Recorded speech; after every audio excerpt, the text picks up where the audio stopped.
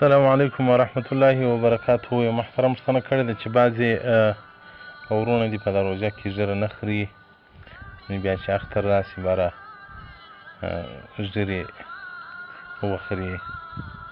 محترمه دا بعضې له غورځنې په دا روژه کې خورا ببر سي، خورا ژیرې وي. محترمه دې مسلې ته به لږ وضاحت ورکړو. خو ژیره خریل هغه ګناه ده چې انسان په لمانځه ولاړي، که یې لمونځ خو له ګناه سره یې کوي، طواف کوي خو له ګناه سره یې کوي، تلاوت قرآن کوي خو له ګناه سره یې کوي، ځکه دا یو دی متعدي عمل دی چې هر وخت که بیده یې هم ګناه پسې لیکل کېږي، که ناست یې هم ګناه پسې لیکل کېږي، که په لمانځه ولاړ یې خو هغه ثواب یې لیکل کېږي، ګناه هم لیکل کېږي چې ژیره خریلې ده. او دا د رسول الله صلی الله علیه وسلم باره کې یو عظیم سنت دی چې امت یې د دې امر کړی دی چې تاسې ژیره پرېږدئ. او دا مشابهت دی د هغه بدو قومو سره لکه یهود او نصوارا، او له بده مرغه اوس موږ په جامعه کې ژیره یو عیب ګرځېدلې ده. ښځه هغه خاوند نه کوي چې ژیره لري، علیاذ بالله. د رسول الله صلی الله علیه وسلم سنت زموږ په جامعه کې دومره سپک ښکارېږي. نو محترمو ژیره پرېږدئ، د الله په خاطر یې پرېږدئ، د خپل قبر په خاطر یې پرېږدئ. رسول الله صلی الله علیه وسلم بارک وایي که څوک ژیره خوري په قبر کې به د هر بیاشته پر ځای باندې یو لړم راځړېږي. علیاذ بالله، علیاذ بالله، سبحان الله. تاسو فکر وکړئ چې یو دانه لړم سړي سره په خونه کې پرېږدي، د سړي به کوم حالات وي، او دا چې د قبر لړمان وي د سړي پر ټول مخ باندې راځړېږي، کوم حالت وي، کومه دفاع به د ځان وکړي. نو دا چې بعضې وروڼه یې په روژه کې پرېږدي ډېر ښه کار کوي، ځکه دا خو د رحمت میاشت ده، د مغفرت میاشت ده. هغه چا ته الله رحم کوي په دا روژه کې چې ګناه نه وکړي، ځکه د رسول الله صلی الله علیه وسلم بارک په زمانه کې یو نفر ولو، هغه داسې ډېره پایبندي نه کوله، خو لیکن د روژې په میاشت کې به هغه طاعت و عبادت ته ودرېدی، طاعت و عبادت به د الله جل جلاله وکاوه. نو بیا وفات سو، الله جل جلاله ښه مقام ورکړي. بیا رسول الله صلی الله علیه وسلم بارک پوښتنه وکول چې ده خو داسې اعمال نه کول، هغه ولې وروژه بله روژه یې ډېر ښه عبادت کول. دا د الله جل جلاله د رحمت میاشت په دې کې باید زه احتیاط وکړم. نو دغه وروڼه چې احتیاط کوي ډېر ښه کار کوي، الله دې دې ته جزای خیر ورکړي. ګوندې په دا روژه کې چې دوی ژیره پرېږدي دا بې سبب د دغسې چې همیشه به پرېږدي، او دا چې له اختره بعد یې خوري بیا بل بد کار کوي.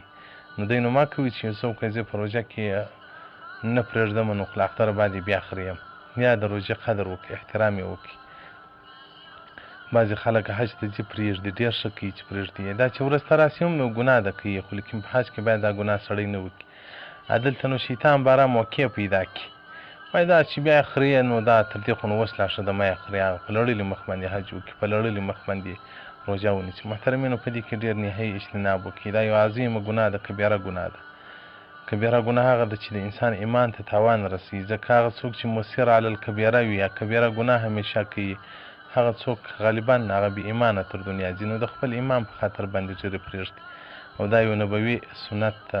زما یو مقتدي و ژیره یې پرېښې ده په دا روژه کې. ابوالعظم ورته وویل مال نهایي خوند کوي، مخ دې نور پیدا کړی دی، په مخ کې دې یو رڼا معلومېږي، دا د ژیرې برکت دی. خدای دې وکړي چې دوی پر دایي مقایم سي، دی نه وي چې د اختره بعد بیا دې کش ورکړي خپل مخانو ته هغه دا ژیرې له مخه څخه ایسته کړي. نو محترمه موسوعة الفقهیه صفحه 208 مباحث المعصیه جلد نمبر 38 دې ته مفصل بحث ورکړی ده. نو محترمینو د خدای په لحاظ باندې دغه یو نبوي سنت را ژوندی کړي، ځکه رسول الله صلی الله علیه وسلم وایي په هغه وخت کې چې زما سنت هغه په خلکو کې نیستي سي، مړ سي، او څوک یې را ژوندی کړي، الله به د اویاو په یو روایت کې راځي د 50 صحابه کرامو ثواب ورکړي. نو د الله په خاطر او د الله د رسول د محبت په خاطر باندې ژیرې پرېږدي، ډېر ښه خوند به وکړي. دا یو نبوي سنت ده، نبوي تګلاره ده، پر دې باندې ولاړ سئ. او دا د مسلمانان دې خپله جامعه داسې جوړه کړي، پلرونه دې زامنو ته ووایي چې دا ژیرې مه خوري، وروڼه دې کشرانو وروڼو ته ووایي چې دا ژیرې مه خوري.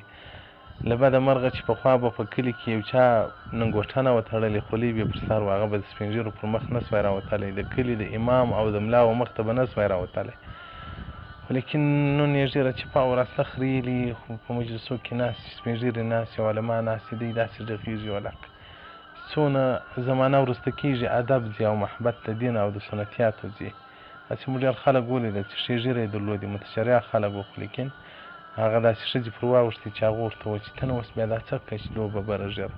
او سبحان الله دا ژر خریلو باندې کله کله چې دا زما شناخته دي زه یې پر دا مخ دی لاس ور تېر کړمه ګپه پر وکړم سبحان الله دا ښځې څنګه نه درته په عذابېږي دا خو لکه یو جارو کلک جارو چې دې پر مخ باندې مشتولی دا ژره خریل خو او وریښتان هغه ډېر دغه کې ډبل کې شوخې کې بیخي سړی په خوږېږي او دغه ژیره چې مبارکه ژیره سړی پرېږدي واقعیت لکه سړي چې ورېښمین پر مخ پرې مښتي داسې ژیره یې داسې پستایي کله کله یو څوک زما په ژیره لاس تېر کړي مولي صاحب څنګه په ستا ژیره دي ده او حالانکې زه یې دا پرېولل وغوړول دغه بیخي ورخلاص نه یم چې زه یې ژیره ښه غوړه کړم او ښه یې پرېولمه لیکن هغه باوجود هم بیا داسې پستوالی لري طبعا په سنتو کې یو خوشبويي شته طبعا په سنتو کې یو خوند شته د الله په خاطر د رسول الله په خاطر او د خپل قبر په خاطر یې پرېږدئ نور تاسو که ژیرې خرۍ کې پرېږدئ ستاسو ګټه او تاوان دی موږ ته ضرر نه رسوي السلام علیکم ورحمة